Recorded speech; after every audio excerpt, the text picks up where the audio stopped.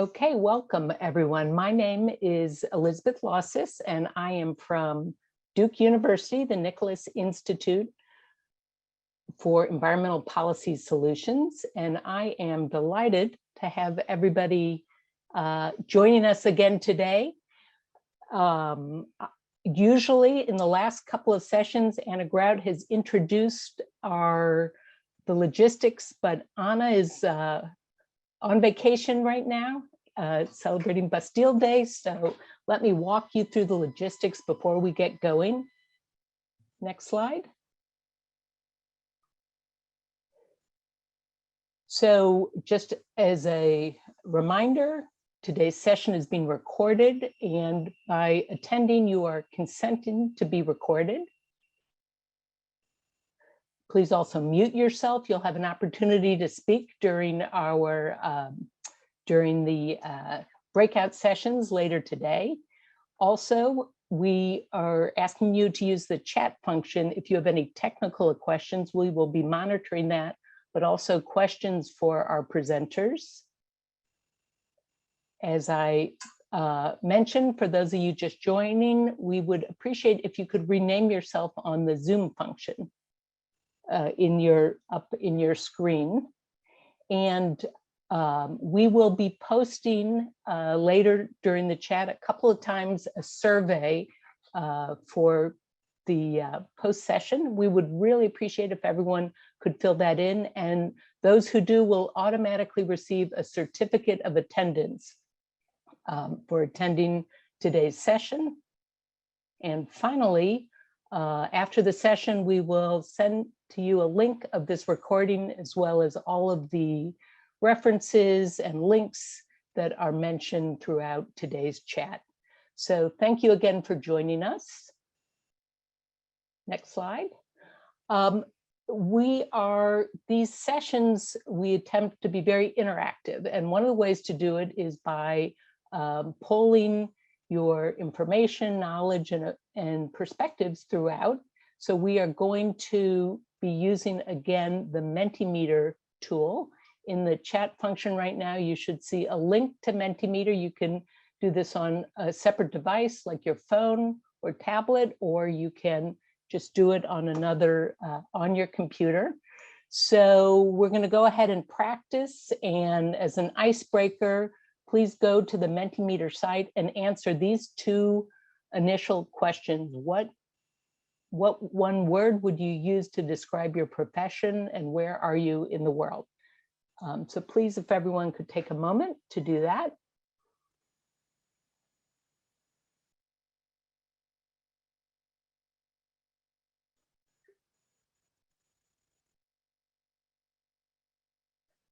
Next slide.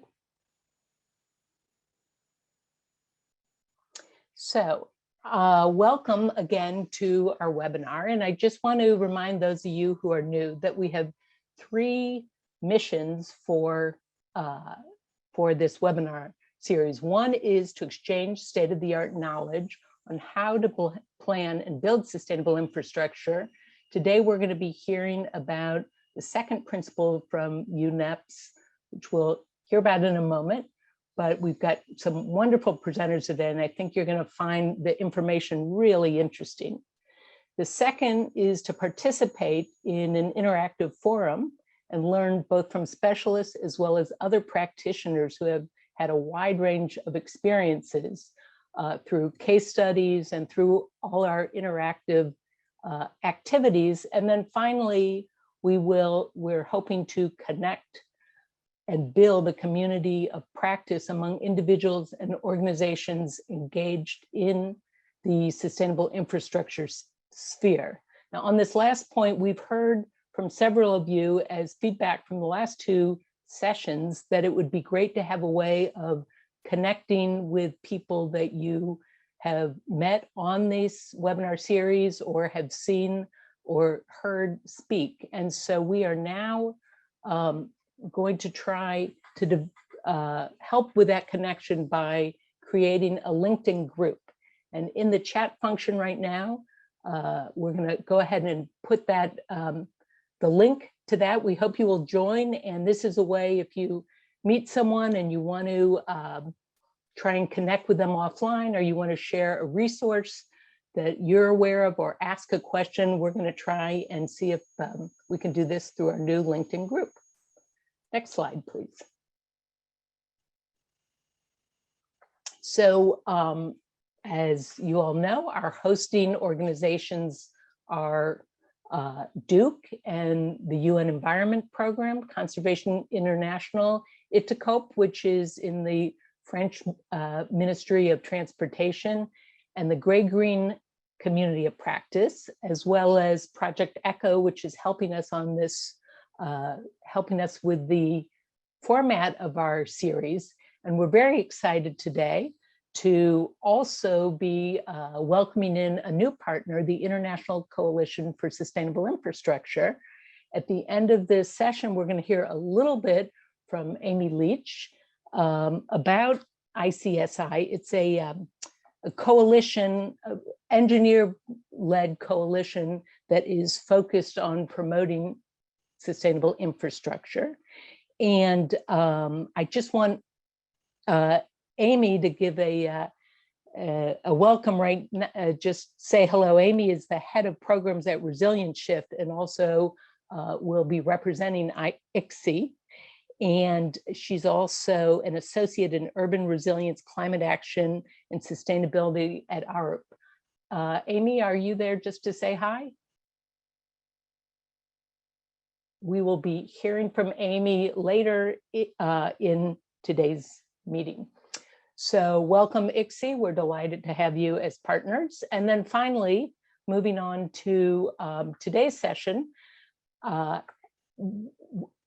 As you know, this is the third session. If you missed either the introduction to the whole series or to the first principle for good practices, you can get those on our website. We have the recordings and all the materials from those first two sessions. Today, we are going to be focusing on responsive, resilient, and flexible service provision with some, we're going to have Joe Price kick it off. Joe is a consultant with UNEP.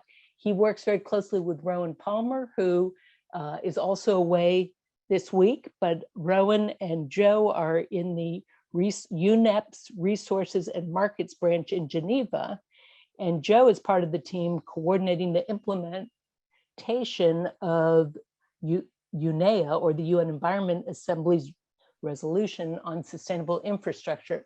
Now, before we move to you, Joe, I want to, first of all, just note here while we have this slide up that next month, August, we are not going to have a session because most of the organizers will be on vacation, and we think our participants may be out in August as well. But please join us again in September for comprehensive life cycle assessment of sustainability. And we're going to be doing this in association with the IUCN meetings at that time. So just a reminder, we will be taking a break. This is the only month we will be taking a break over the course of the year.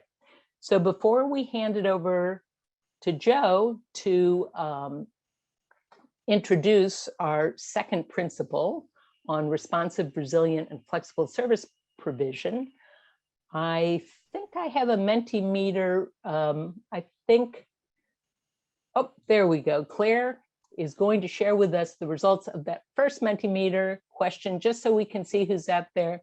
Again, we have a lot of engineers in the crowd and consultants of various types, and a lot of students are joining us today. And then we just have a sprinkling of all sorts of different activities, different professions. And the next slide. Where are you in the world? Oh, here it's coming in. Again, a lot in the US and Spain, Indonesia, the Philippines. Oh.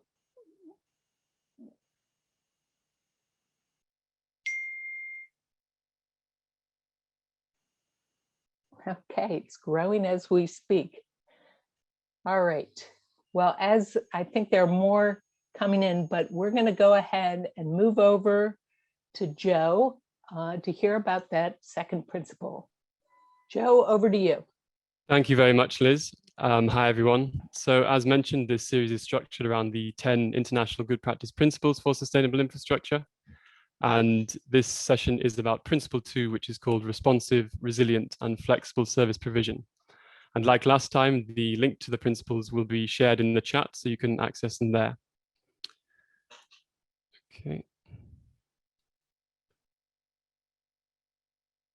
So building in resilience and flexibility is important at all phases in the infrastructure life cycle, as depicted here in the diagram.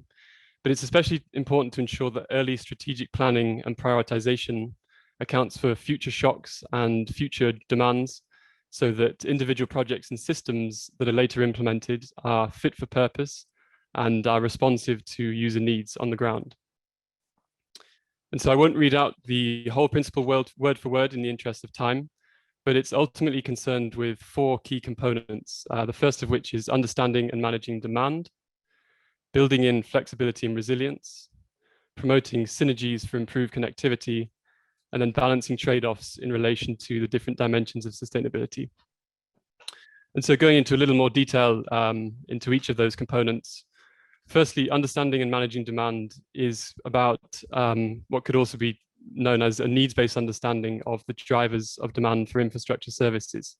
So this is analyzing and doing projections and scenarios for different drivers of future demands like urbanization or population growth, and then meeting those service needs in the most efficient and effective way. And this is really important in terms of both natural resource efficiency, but efficiency in terms of financial resources as well, so that infrastructure is not unnecessarily expensive, and so there's not unnecessary debt at more of a fiscal policy level. And part of this as well is about accounting for the needs and preferences of certain groups in society and particular users. So gender considerations are important here as well as the needs of indigenous communities, for example, who may use infrastructure in different ways. Then the second component of this principle highlights the importance of building in flexibility and resilience. So here we're really interested in the idea of reducing risks to the viability of infrastructure systems in the context of climate change and land degradation, of course, but also in relation to other shocks and crises such as conflicts, pandemics, and economic crises. And so related to this, we're going to hear an interesting case study from Louise Ellis from Resilient Shift on city water resilience in South Africa. So we'll hear more about that shortly, which should connect closely with this part of the principle. And UNEP has also developed a case study on digital infrastructure improvements in Afghanistan. And this really highlights the importance of infrastructure investments in things like digital solutions, which we found to be really key in the context of the COVID pandemic, because of course, digital infrastructure has allowed people to continue working remotely, for example, allow people to continue education opportunities. So it's a really important component of adaptation, essentially, and flexibility in the context of shocks. And then finally, the last 2 components of the principle are really about a systems perspective, ultimately, and systems level planning. So promoting synergies for improved connectivity and balancing trade-off requires things like co-location of infrastructure assets and systems and multi-purpose infrastructure. So a good example here is the idea of transport corridors or development corridors, which is focused on concentrating infrastructure developments in a particular geographic area so as to avoid and minimize environmental and social impacts. And so the infrastructure does not sprawl a lot across landscapes, but also it's important in terms of synergies between projects and assets and systems for spillover benefits from investment as well. And finally, again, just to highlight strategic planning, early consideration of all viable options is critical here. This includes things like natural infrastructure, which will be spoken about in more detail in Principle 4 later in the series. And just to mention then that Scott Thacker from UNOPS will be talking about the National Infrastructure Systems Model, which is an important tool to highlight these components in the principle, but it's one of many tools that are relevant to Principle number 2. So other tools you can find in the Sustainable Infrastructure Tool Navigator, which UNEP co-manages alongside GIZ, and a link to this will also be shared with you in the chat. So I'll leave it there as a quick overview of Principle number 2 and hand over back to Liz. Thank you very much. Thanks, Joe, for setting the stage. And we would like everyone to go back to Mentimeter. We have one question that we would like following Joe's request. And while the polling link is back in the chat, and the question is, from your personal perspective, which phase of infrastructure life cycle do you feel this principle is most relevant for? And it looks like we're going to give it a sec for folks to go ahead and answer this. And in the meantime, while this is coming in, I want to go ahead and introduce our next speaker, who comes to us from the UN Office of Project Services, or UNOPS. Scott Thacker is an infrastructure specialist with UNOPS and is also an honorary research associate at Oxford, University of Oxford. And Scott has been deeply involved in helping develop with UNEP these principles, and will have a lot to tell us today, as Joe said, about one particular tool. So before we move to that, I just want to point out, as we're looking, and you can feel free to continue to answer this Mentimeter poll if you haven't had a chance yet. But the first couple of phases, the strategic planning and prioritization, and also the project design, project preparation and design, really do seem to be the place where this principle is most relevant. So with that, welcome, Scott.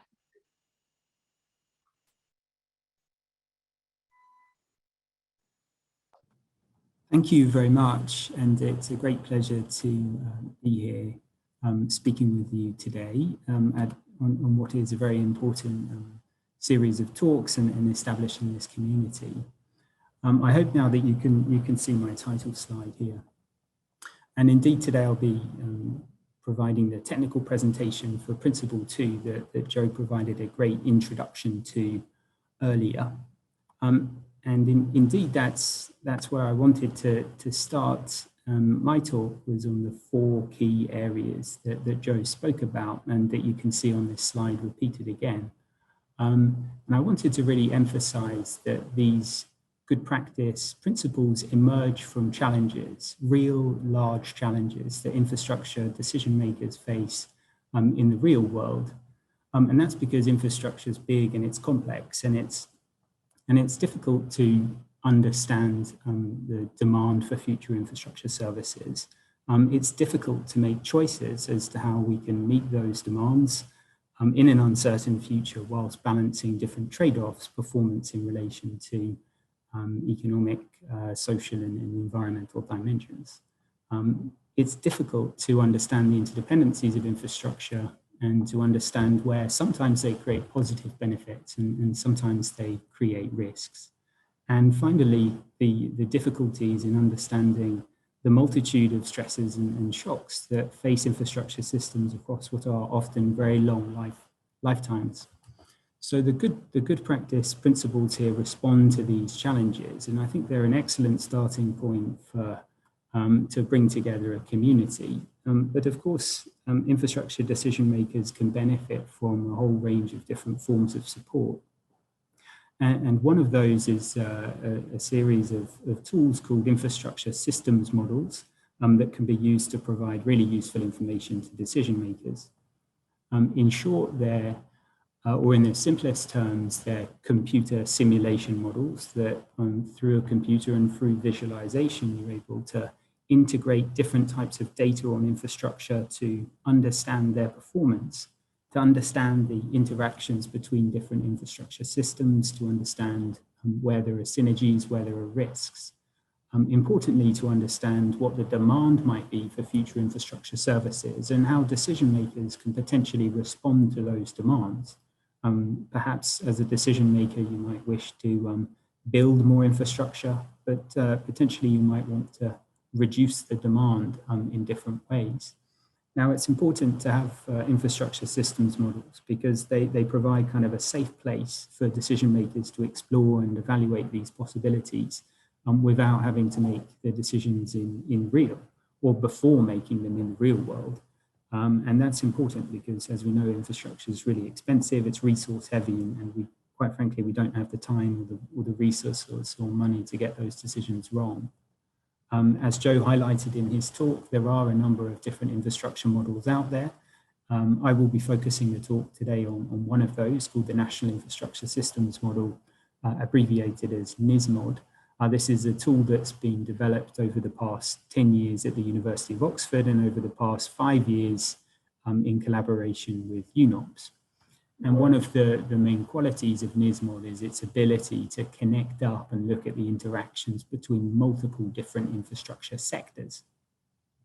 The next slide here describes the methodological framework behind NISMOD. As I mentioned, NISMOD is a computer model. It's a piece of software comprised of computer code, but it's described here in this framework. We haven't too much time to go into the details, but just to pick up on a couple of key points. First, to draw your attention to this dark blue box, and this is a representation of what is at the core of NISMOD and of many infrastructure systems models, which is a representation of infrastructure within a country. Now, NISMOD represents energy, transportation, water, waste, digital communication systems, and maps out the interdependencies between these different networks. And it includes infrastructure that exists today, and we can understand how today's infrastructure performs in terms of the services that it delivers to people, but also its impacts on things like the economy and the environment.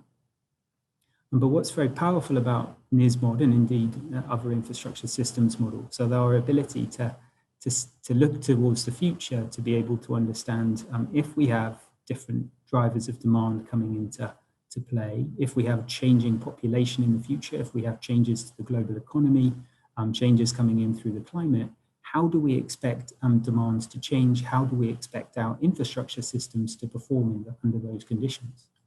But importantly as well, it provides an ability for decision makers to test strategies. So this is a decision maker's response to the infrastructure and these drivers of demand. And as mentioned earlier, this might be that an infrastructure decision maker might decide to make investments and introduce new policies, efficiencies. And so NISMOD is a framework in which to test these to ensure that future infrastructure service needs are met and that targets in relation to the SDGs and Paris Agreement are also met. Now, the next 4 slides that I have relate to zooming in on different areas of NISMOD with respect to the 4 different key areas that Joe introduced earlier.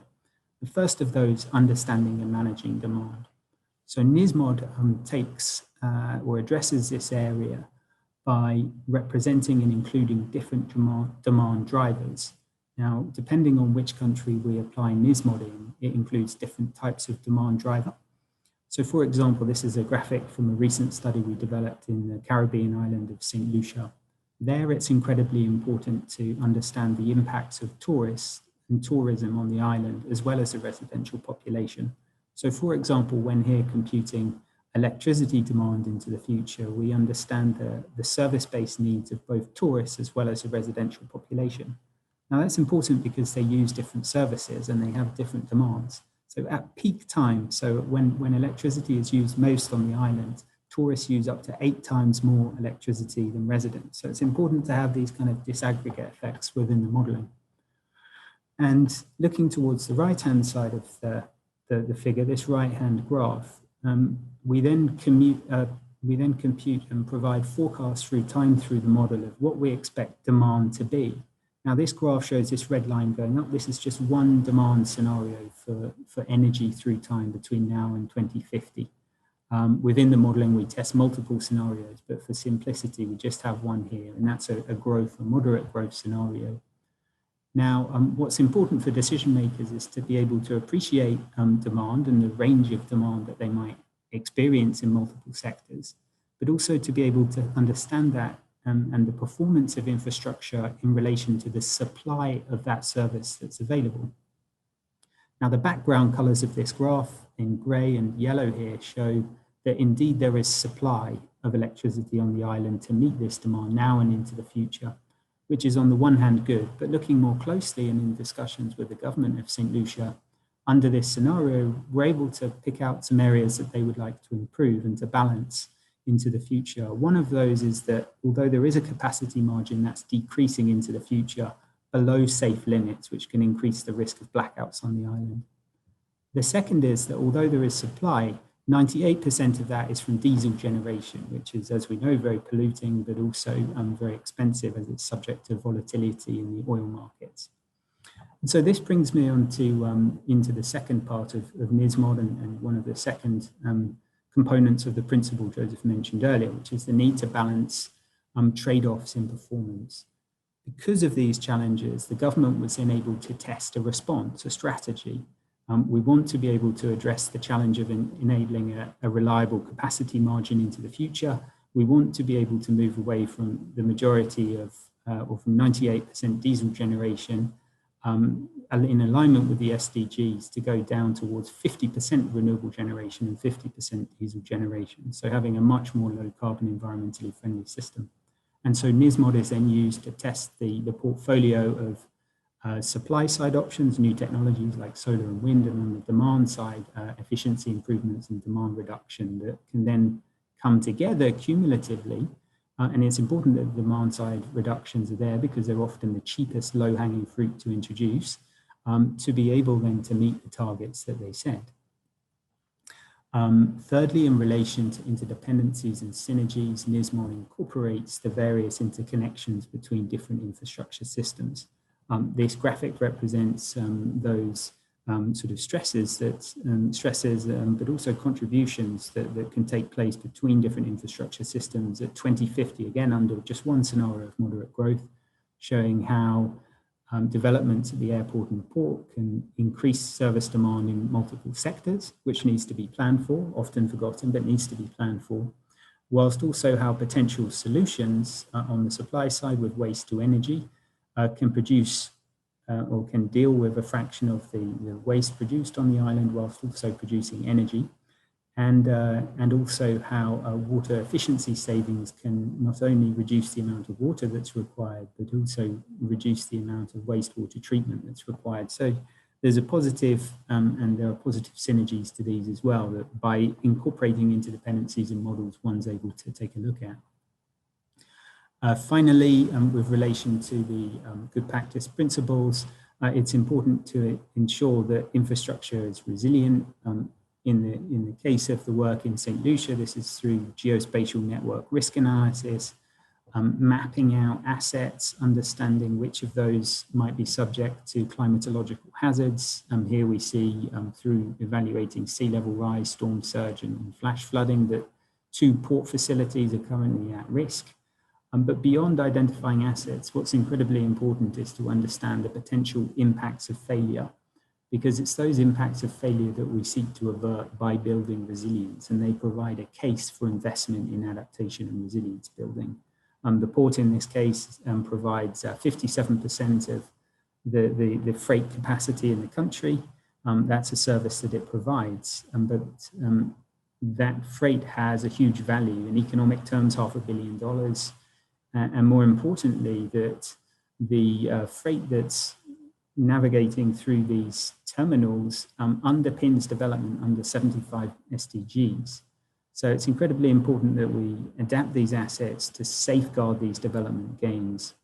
So that, for example, is in protecting jobs and livelihoods, enabling opportunities from people from a whole range of backgrounds, and providing raw materials for manufacturing and production industries. In terms of implementing NISMOD in practice, we usually implement NISMOD in national infrastructure assessments. I've drawn your attention to a couple of applications to describe NISMOD that we implemented in St. Lucia, and we'll be able to provide the link to that report in the chat. We provide NISMOD as an open source model that we hand over to governments to be able to use, and importantly, we provide that along with capacity development in the use of the tool. In the case of St. Lucia, we, alongside running this study, we developed a cross-ministerial infrastructure planning agency, not dissimilar to the National Infrastructure Commission in the UK. We created a separate unit within the Ministry of Finance in St. Lucia to ensure legacy in this area of decision-making in the country. So to my final slide, just to reiterate a couple of points. The first is that infrastructure decision makers have a really difficult job to do. Infrastructure is complex, and when one thinks about the future, it's incredibly difficult. So infrastructure systems models provide one route into helping them navigate this difficult world of decisions. I've presented here on NISMO. That's one of a whole number of tools that fall within this category. And it uses a systems-based methodology to address some of these key challenge points. We strongly support the need to develop open source and also to accompany tools with training and capacity development. And then on to my final point, which is really just to say that I'm really encouraged by the fact that this series of talks is happening and the broad ambitions to establish a community in this area. Certainly there needs to scale up efforts within it. We're developing infrastructure on the planet at an unprecedented rate, greater than at any time in human history. As financial resources become ever more constrained, and as the environmental impact becomes ever more important, we've got to make sure and we've got to support our infrastructure decision makers in making more informed choices. So with that, I'd like to say thanks very much, and I look forward to the ongoing discussion. Thanks. Thank you, Scott. That was perfect. That was great. We don't have time for questions right now, but those of you who are able to stay on at the end of this 75-minute seminar, webinar, we're going to have 15 minutes of informal discussion with Scott, Joe, and Louise, who we will hear from in a minute. In addition, if you have questions for Scott and you want to put them in the chat, he may be able to answer some of them in the chat function while we are talking. And just one final point, Scott mentioned that UNOPS also has a capacity assessment tool, which I just want to remind folks at our last session, Talia Rangel Escribano presented on the CAT-I tool. And if you want to learn more about that, the recording is available on our website, which meshes quite nicely with what Scott has presented. So that was terrific. We want to do a quick Mentimeter poll, and the link is in the chat function. We will take a look at the results of this after our next speaker, which is Louise Ellis. Louise is a chartered civil engineer by background and is currently an associate of ARP, where she leads the water advisory team in Bristol. And that team works on water risk, resilience, strategy development, investment planning, and asset management in the water sector. She's up to provide today's case study looking at water issues in Cape Town, South Africa. So Louise, I'm handing it over to you. Thank you very much, Elizabeth. Hoping this will work and that you can I just get a nod that someone can see my slides? Fantastic. Good morning, good afternoon, everybody, depending on where you are in the world. I'm going to talk today about a case study that happened in around between 2015 and 2019. And that was work that we did collaborating with, sorry, I'm just having, bear with me, apologies, I'm just having some Zoom issues.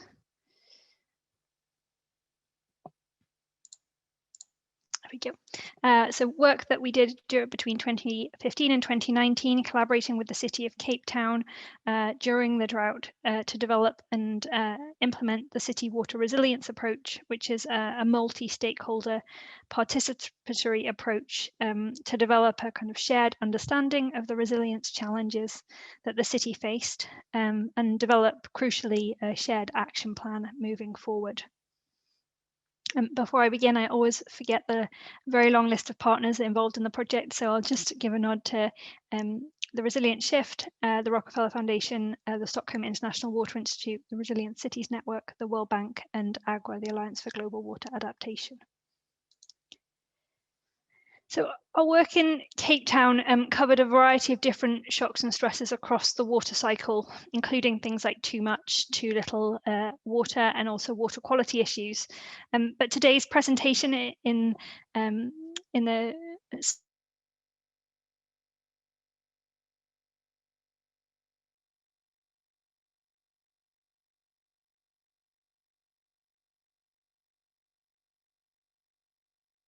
and because of time, I'm going to focus specifically on the 2015 decreasing water supply due to El Nino. It was about a 1 in 590 year event. And simultaneously, there was increasing water demand on the Western Cape water supply system, which supplies both Cape Town, but also the surrounding basins due to a combination of population growth, economic activity, particularly agriculture, and also invasive species.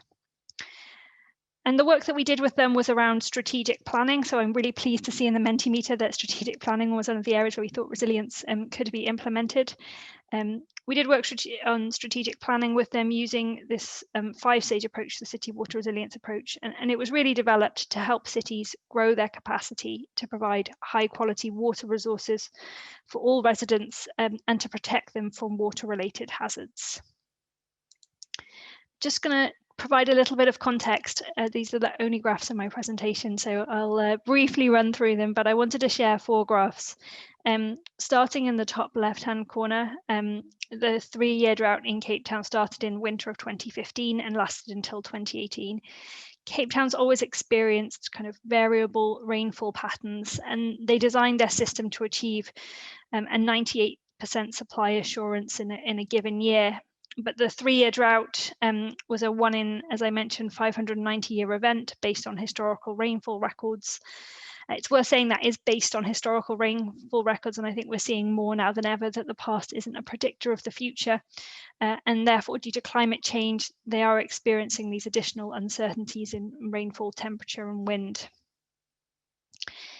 In terms of the dam levels, this resulted in dam levels reaching a critical point around the end of 2017, and they had these projections that the city would hit day 0. Initially, that was on around the 12th of April 2018, but it was then kind of subsequently pushed back in increments. And day 0 really was the point when the city would be forced to turn off the taps to homes and businesses because reservoir levels were very low. And at that point, they would move to more of a standpipe system for those who are familiar with kind of drought response. So in response, Cape Town mounted an effort to reduce their water consumption through restrictions for households and businesses, but also crucially reducing their water losses. And at the peak of the restrictions, the limit on consumption was down to 50 litres per head per day. I'm not sure they quite achieved that level, but they really cut their consumption quite significantly. And they managed to get through the drought and avoid day 0 by reducing their water use, including the losses, and by over 40%, which is quite a remarkable feat. And today I'm going to talk both a little bit about how they achieved that feat, but also about their plans for the future more crucially. So first, I'm just going to begin by giving a little bit of an introduction to the city water resilience approach, this kind of strategic planning approach. In the medium and the long term, Cape Town has developed its water strategy, which is called Our Shared Water Future, and it sets out their strategy to become a water sensitive city and an associated kind of implementation plan. And that implementation plan was informed by the 5-stage kind of multi-stakeholder participatory approach called the City Water Resilience Approach. Cape Town was the first city in the world to implement this approach. It's subsequently been implemented in around 8 cities around the world. And the 5-stage approach begins with this element of understanding the system. And this is where there's research is done to understand the water system, both in terms of the natural and the man-made assets. Alongside the water governance, so what are the different roles and responsibilities in relation to the water system? Often we find this is divided between upwards of 30 stakeholders in some cities. And spatial analysis of the shocks and stresses that the city faces. In the second step, then, stakeholders are brought together using the framework that you can see in the center of the screen. And that framework is a framework of around kind of 60 qualitative indicators and around 40 quant indicators. And they help the city to understand their strengths, but also their areas of improvement. This doesn't just cover purely kind of infrastructure resilience, it covers all the aspects that are required to underpin a resilient water system. And that includes things like resilience of the governance system, building things like adaptive capacity into the governance. Also includes financial resilience, resilience of infrastructure systems, and very intrinsically linked to that, the resilience of the environmental systems. But then also community and citizen personal resilience, which forms a part of both the preparedness and the response to some of these shocks and stresses. In step 3, once we have this good understanding of where the strengths and weaknesses are, we then move to develop some challenge statements, and these are some statements that the city, the multi-stakeholder groups kind of reconvene and work around to respond to these challenge areas, focusing on who will lead and support each of the actions, what the immediate next steps are, the costs and benefits, and do to a certain degree some cost benefit analysis and prioritization of those actions, and also develop some measures of success for the future, so that they can track and evaluate and ensure that programs are delivering improved resilience over time.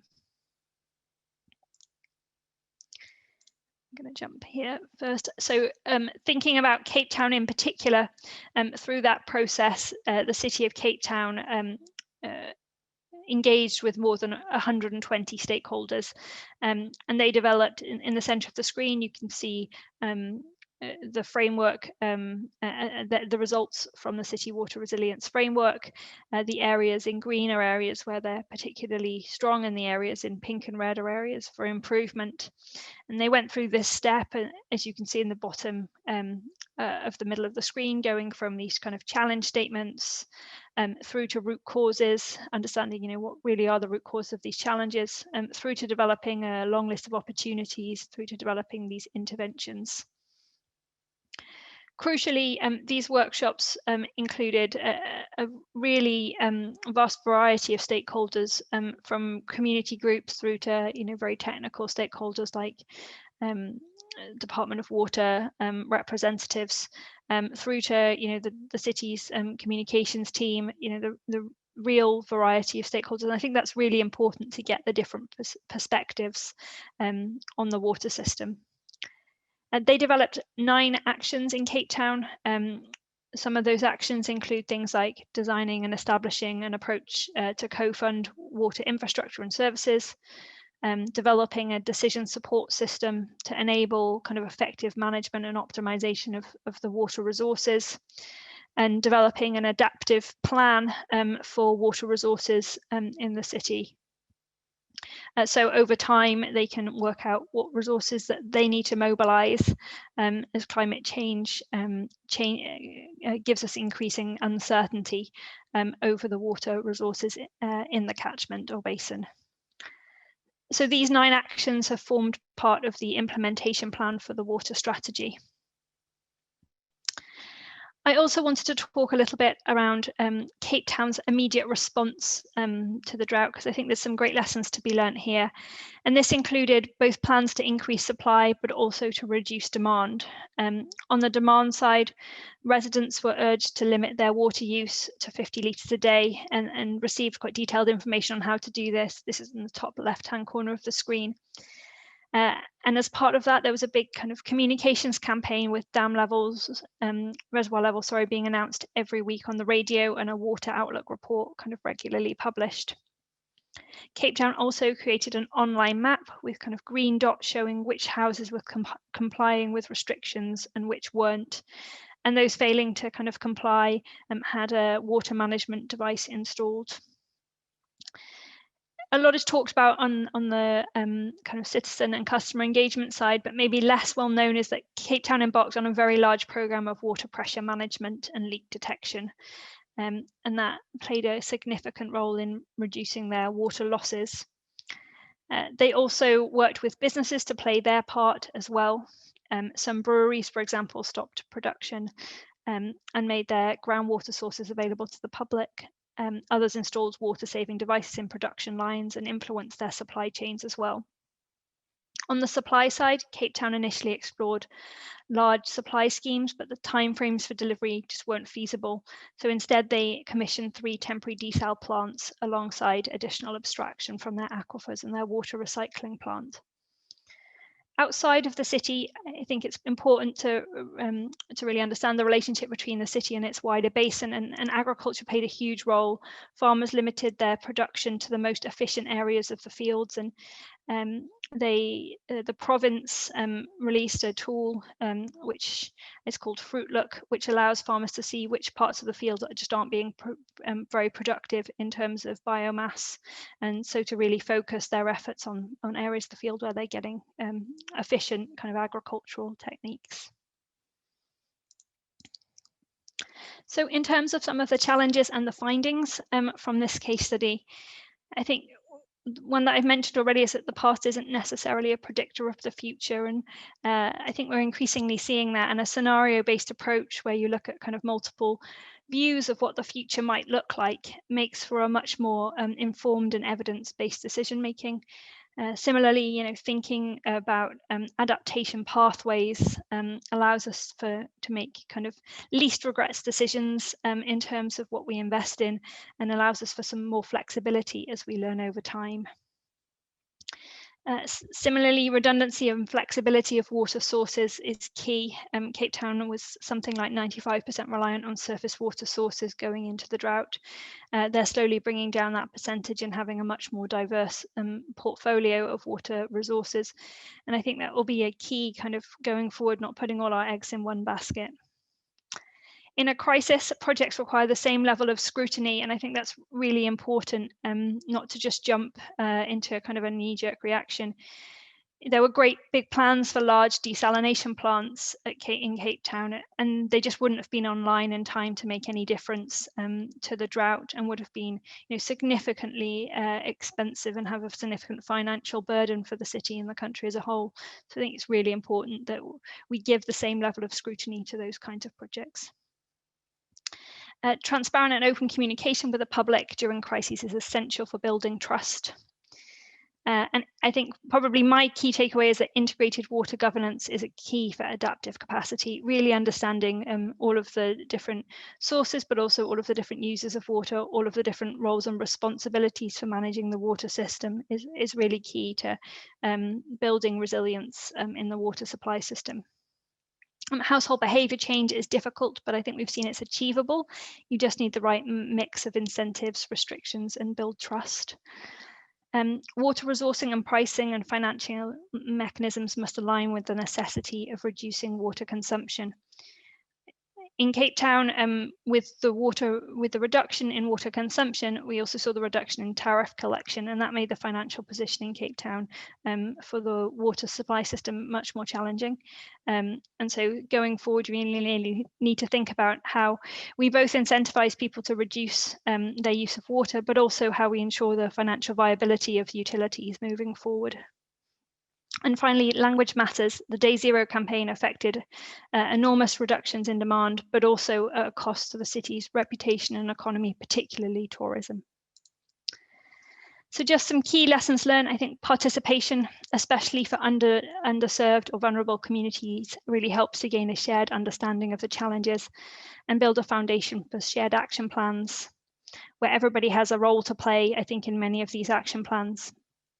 Understanding of the catchment basin and its governance is key to understanding the challenges and to successful implementation. Probably the hardest jump is from strategic planning to bankable solutions, and there's a role for multidisciplinary working groups, spatial master planning, so we get some real tangible solutions on paper, and strong city champions to drive forward these strategic plans.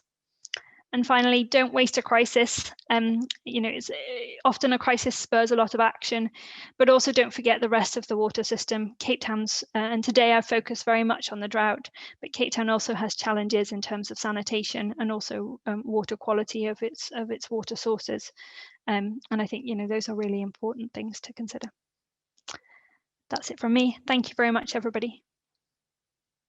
Thanks very much, Louise, for your presentation, for sharing about the Day Zero water learnings and also about the city water resilience approach. We've had some great material shared by the speakers, and next we'll break out into smaller discussion groups for the chance to get some blood flowing and for folks to connect and to further explore on the case studies.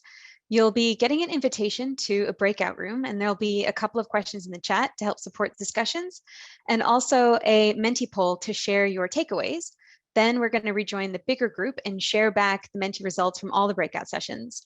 We'll also be sharing a short survey in the chat about this webinar presentation overall. We really appreciate your responses to this. Helps us to better understand your areas of work and interest and how we can make the webinars really useful for you.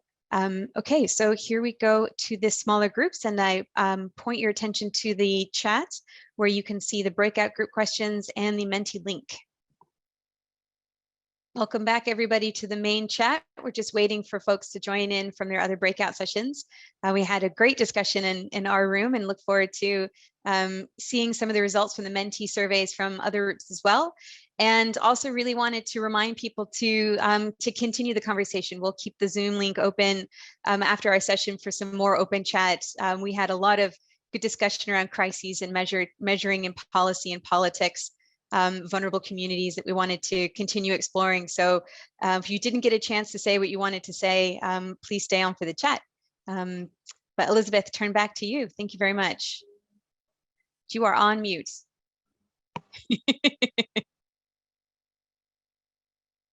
Thank you, Amy. Please don't forget, and we're putting one more time the post-survey link to take a survey. In a moment, I'm going to go ahead and show the results from the Mentimeter and with a quick review. But first, before we run out of time, I'm going to go back to Amy Leach and ask her to just tell us a little bit about what ICSE is working on and a request from you all.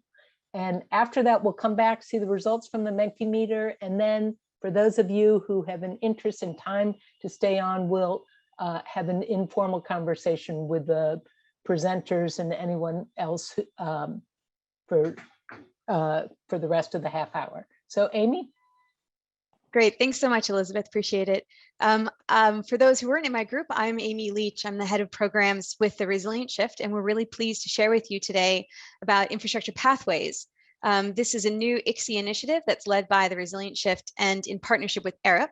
And the initiative brings together stakeholders from across the infrastructure lifecycle to map existing guidance and to provide a line of sight for practitioners to embed climate resilience within infrastructure. So it's very much targeted to the audience in this chat.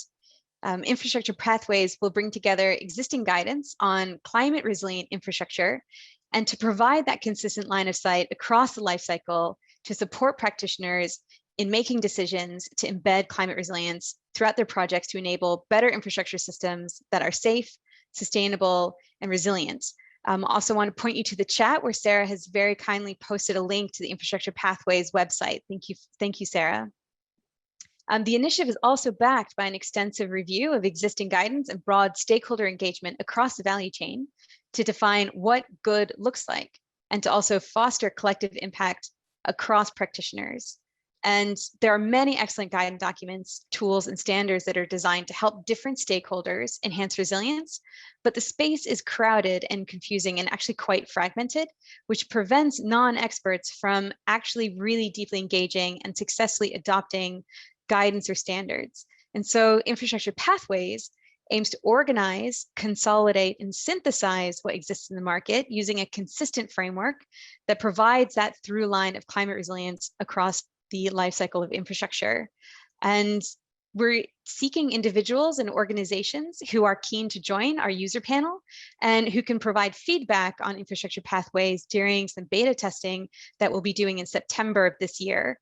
The panel is also going to form a growing body of experts who are advocating for and are acting as early adopters of infrastructure pathways. So if you would like to get involved, please feel free to contact me or Elizabeth through the system, and we'd love to have you and your organizations join as part of our user panel and tester group. Thanks very much for the opportunity to share more about resilience pathways. Thanks, Amy. So as we want to wrap up, some final thoughts. Remember, we are not meeting next month, but we're meeting 2 months hence. And don't forget to finish the survey, which I see Sarah has just posted the link again. And I think we're also going to post the link for registration for the September topic, which is on, I can't remember the name, but I put it up earlier. And if you go to our site, you will see it. Claire, and thank you to Amy, and of course, Louise and Scott and Joe for all your work, as well as Claire and Sarah behind the scenes, making everything happen. Before we break up and have a just informal session, I do want to show those the results from those Mentimeter links, which we will also be putting on the website. Claire, do you want to put up those results?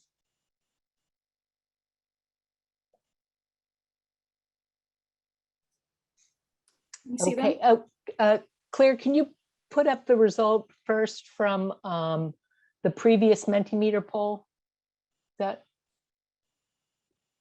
okay, this was the question of for where the respondent works, a tool that assesses different alternative infrastructure configurations would be most helpful for ensuring, and we can see that resilience and environmental protection really stood out, but followed by social equity.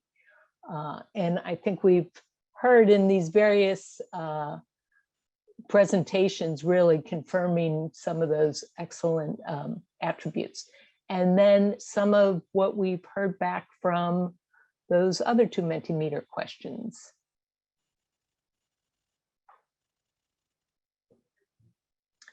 Okay, this is the don't wait a good crisis. And just, I don't know if you all can read this. We will have this information posted on our website in case folks are interested in seeing them later. But I notice here the ways raise awareness at home. I've heard that quite a lot, just the need to bring this ahead of time. And here in the US with the heat crises right now in the Northwest, that's clearly an issue. Political will, of course. If you want to keep scrolling that.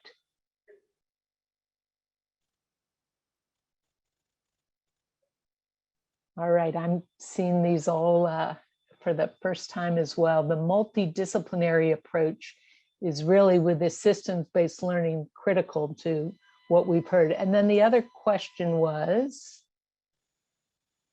how do we measure progress? And I noticed in the chat box, there was a question about tools for that.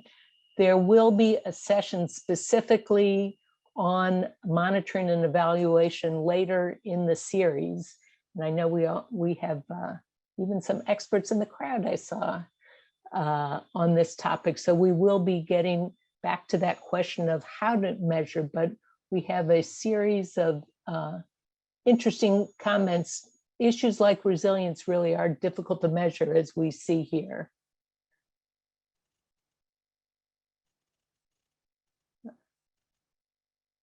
All right, so with that, I think we want to be cognizant of the time and end this part of the session. For those of you who have questions or comments and want to stay on, our speakers will all be here. Thank you so much for joining us. Amy, I think you had a question you wanted to ask Louise, if you want to just kick it off.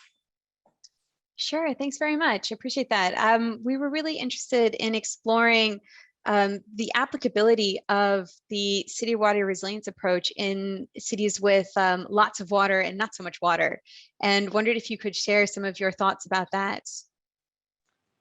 Sure. So in developing the city water resilience approach, we were looking to develop an approach that was kind of agnostic to the shock or stress that was happening, and more about building the kind of resilience capacity that's needed to respond to a variety of shocks and stresses. And I think we've now used the city water resilience approach in 11 cities around the world, and I think we've achieved that. If I give one example, we've recently finished work in Hull, which is a city in the northeast of England. That 90% of the city is kind of below sea level, and their challenge in particular is both pluvial surface water and also fluvial river flooding. And we've worked with them using the city water resilience approach to develop an action plan that is less, not so focused on the drought element and very focused on the flooding element as well. So I think it's something that's applicable to lots of different shocks and stresses. Great, thanks for sharing that background. One of the other things we were talking about in our small group was the usefulness of a crisis in guiding and bringing together collective action and response, and wondered about the cities where you've tested the city water resilience approach, if they were coming from their interest most in terms of reactionary or sort of proactive view of enhancing their resilience. So a very, very good question, Amy. I think it definitely holds that the don't waste a crisis thing is kind of very relevant. I think almost most cities around the world have experienced either some form of water shock or are experiencing kind of some form of water stress over time.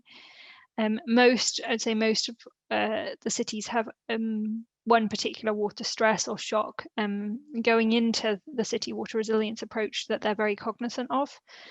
I think what often comes out in the assessing resilience stage are the myriad of other challenges that they don't necessarily focus on. And in Cape Town, I gave the example of water quality in some of the rivers. That's something that just wasn't a primary focus. It was very much a focus on drought and a secondary focus on kind of sanitation.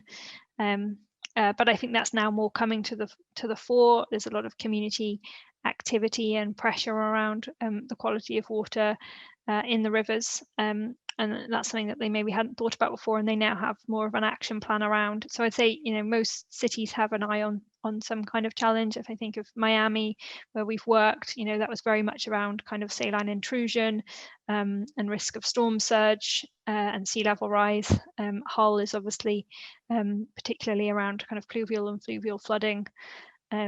We're currently working in Addis and Kigali, and their focus, the focus of Addis is quite firmly on kind of pluvial flood risk and also on kind of wash facilities. So I think most kind of cities have one shock or stress that they're very aware of, but they maybe aren't thinking about the full range of them.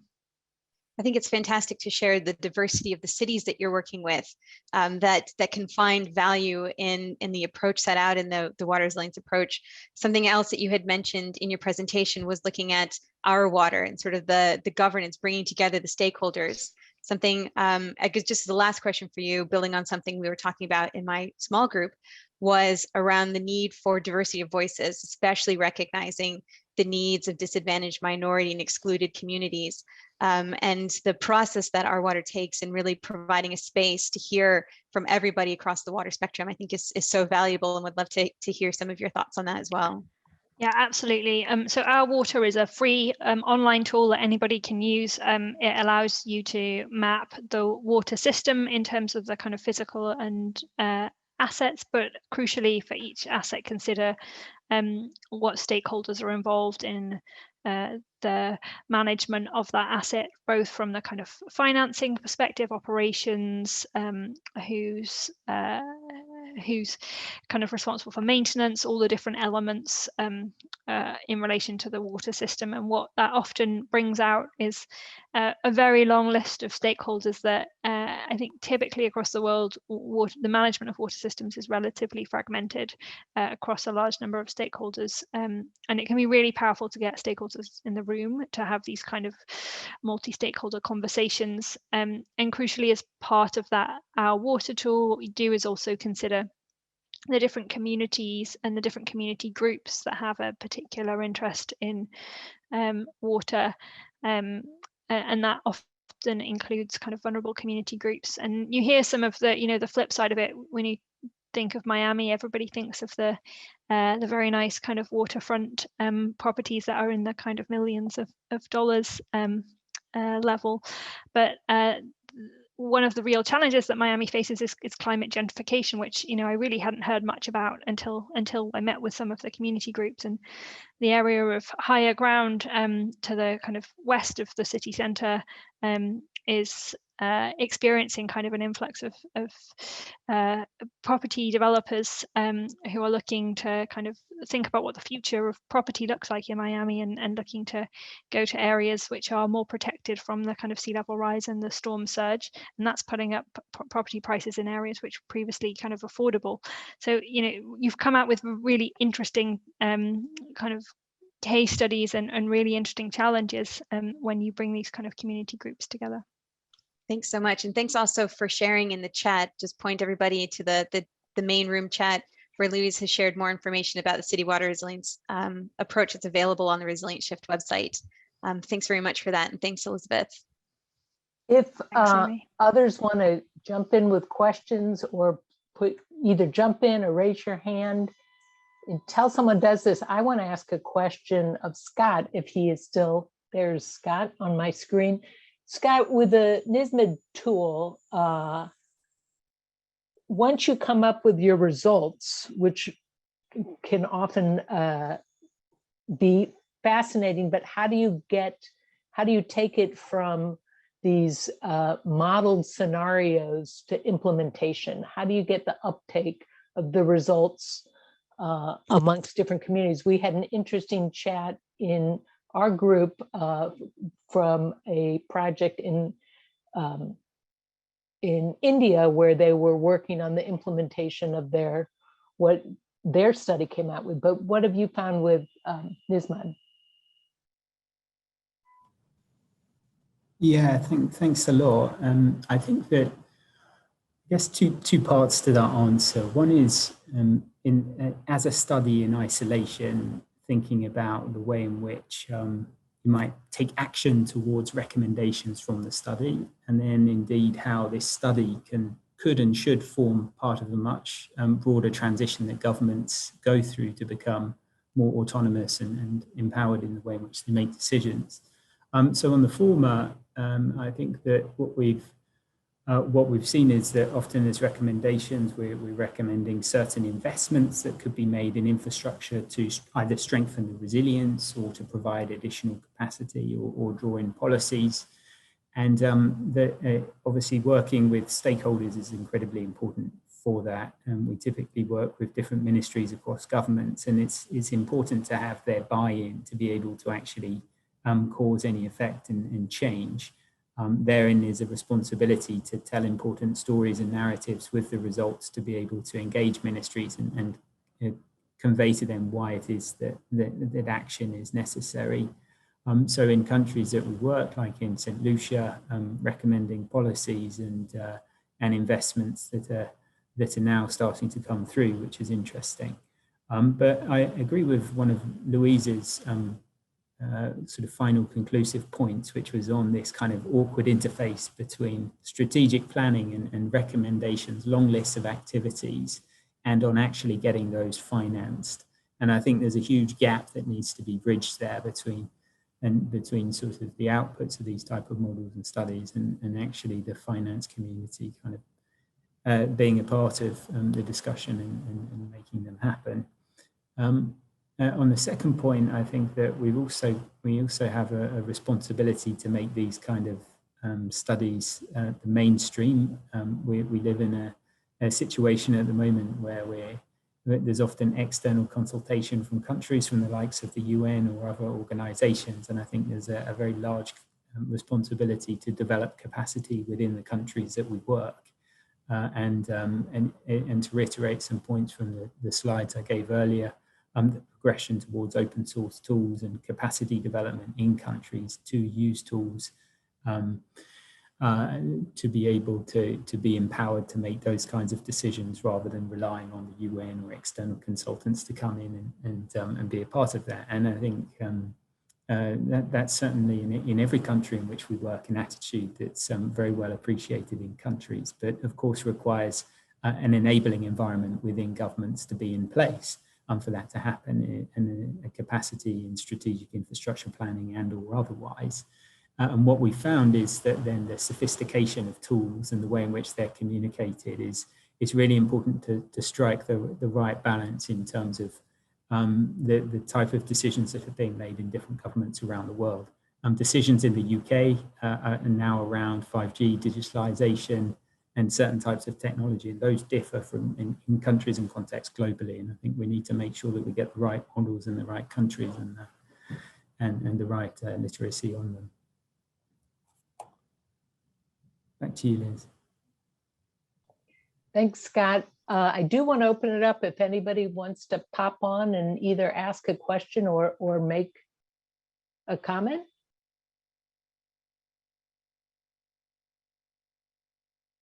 Okay, well, we are at the 9:30 spot, so I don't want to make people stay any longer. But again, thanks to everyone. And please do join the LinkedIn group and we can continue this exchange. All of the links and all will be sent to you by email, but also will be put on that LinkedIn site. And we'll see you all in September.